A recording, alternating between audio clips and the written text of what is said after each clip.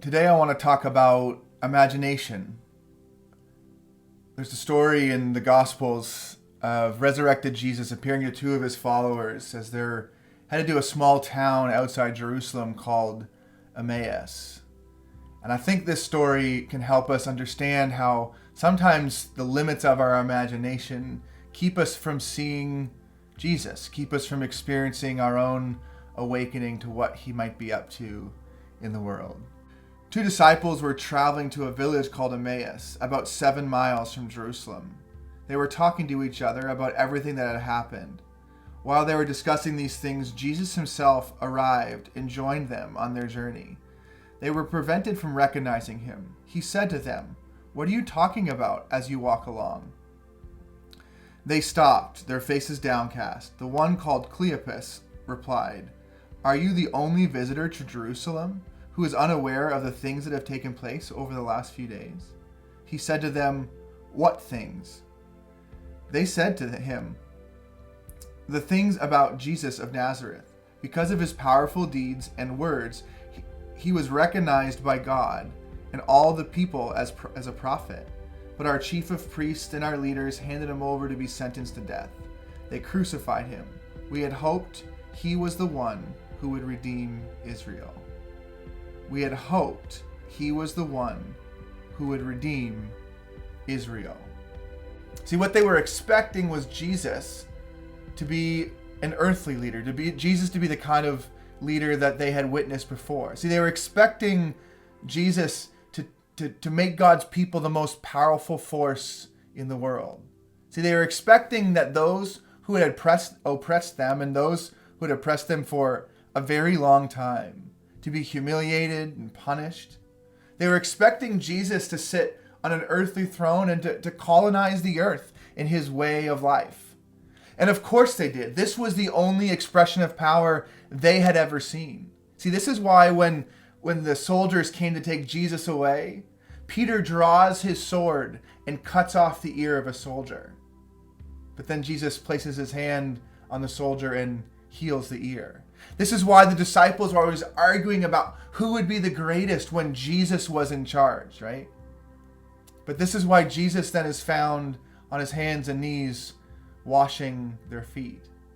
See, what these early disciples needed, what these early followers of Jesus needed, was to see that while Jesus was not what they were waiting for, he was who they were waiting for. See, the awakening they needed was that Jesus was not what they were waiting for, but he was who they were waiting for.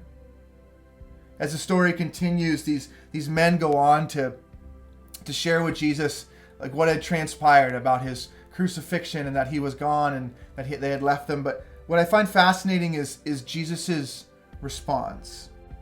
Jesus said to them, "You foolish people, your dull minds keep you from believing all that the prophets talked about.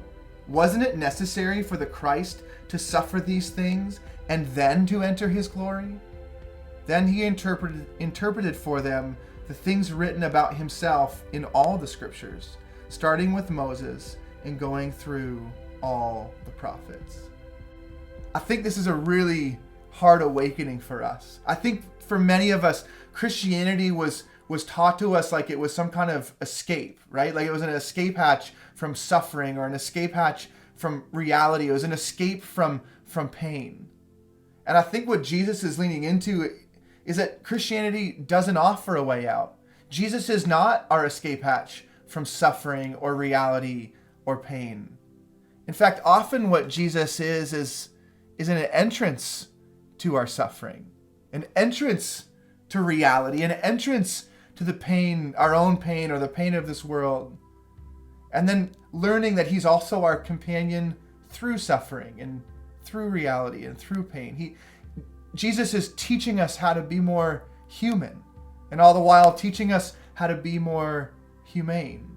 You see, for the fellas on the road to Emmaus, the limit of their belief was their imagination. They couldn't imagine a God who would join humans in their suffering and then invite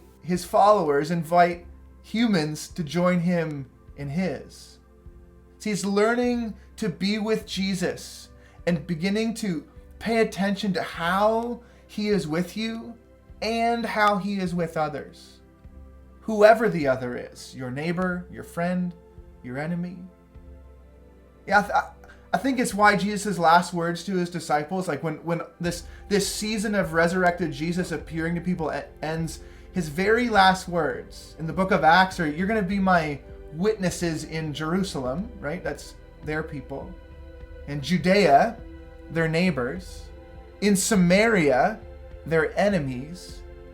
And even to the ends of the earth, these cultures and people they know nothing about. See, there's something about being with the other on their soil, in their culture, by their terms, in the non-colonizing way of Jesus, that we discover that the Spirit is with us and among them. Isn't this the story of the incarnation? Isn't this what Jesus modeled for us all along? See, it's learning to see that the Spirit is working in us and the Spirit is working through us, but certainly the Spirit is also working around us in ways that are beyond our current imagination. See, I think there's two questions that we must learn to ask of God. So where are you? God, where are you in the midst of a pandemic, in the midst of my depression? Where are you in the midst of my anger? Where are you when these shootings are happening, or with my aging family, or my struggling business, or my struggles with my children, or my marriage? God, where are you? And the second question we must learn to ask is, God, what might you be inviting me into? How can I help? What do I need to learn? Where do I need to change? Who can I forgive? What can I let go of? What do I need to grieve? How can I pray? What resources do I have? Who should I stand with? We must learn to ask God, where are you? And what might you be inviting me into? And I think often what we'll find is that God is asking us the same questions. Where are you? And what might you be inviting me into?